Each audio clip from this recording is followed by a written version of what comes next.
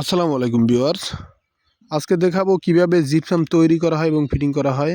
এই যে আমাদের কর্মীরা এটাকে প্রথমে তেল লাগিয়ে নিয়েছে যাতে খুব সুন্দর একটি ডিজাইন হয়, এবং জিপসাম পাউডার, আমরা যেটাকে জিপসাম পাউডার বলি, সেটা পানির সাথে মিশিয়ে আমাদের এই ফর্মা বা ঢাইস এটার উপরে দেওয়া হচ্ছে, যাতে ফর্মায় যেই ডিজাইনটা আছে এই ডিজাইনটাই তৈরি হয়।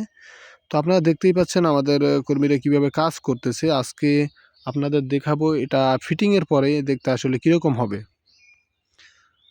অনেকেই প্রশ্ন করে, ভাই এগুলা কিভাবে তৈরি করা হয় এবং কিভাবে ফিটিং করার পর কীরকম হয়। তো তাই আমি ভাবলাম একটা পুরো ভিডিও দিয়ে দিই। এটা হচ্ছে নেট দেওয়া হচ্ছে যাতে এটা আরও শক্ত হয় বা ভেঙে যাওয়ার কোনো চান্স না থাকে।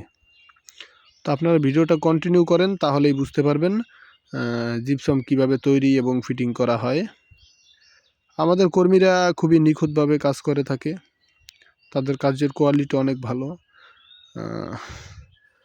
আর যারা এই ধরনের কাজগুলো করাতে চাচ্ছেন তারা আমাদের ভিডিওতে দেওয়া হোয়াটসঅ্যাপ নাম্বারে যোগাযোগ করে কাজগুলো করে নিতে পারবেন। আমরা জিপসাম এবং ইন্টেরিয়রের সকল ধরনের কাজ করে থাকি। তো এখন এটাকে লেবেল করা হচ্ছে, এটা দেওয়ালের ডিজাইন, তো তাই এটাকে সুন্দরভাবে লেবেল করা হচ্ছে। আর এই যে ফিটিংয়ের পরে দেখতেই পাচ্ছেন আসলে কীরকম লাগতেছে, খুবই সুন্দর কোয়ালিটির, কিন্তু রং করা হয় নাই, তো তাই আর কি রঙের পর পুরো ভিডিওটা দিতে পারলে অনেক সুন্দর হতো। এটার সাথে উপরে একটি ম্যাচিং করেই সিলিং দেওয়া হয়েছে, রুম ছোট, তাই আর কিছু করার নাই। আমাদের যতটুকু সম্ভব আমরা অতটুকু করে দিয়েছি। আর এটা হচ্ছে আরেকটি বেডরুমের, এটাও দেওয়ালের ডিজাইন, এখানে খাট থাকবে। তো আপনারা দেখতেই পাচ্ছেন আসলে কাজের কোয়ালিটি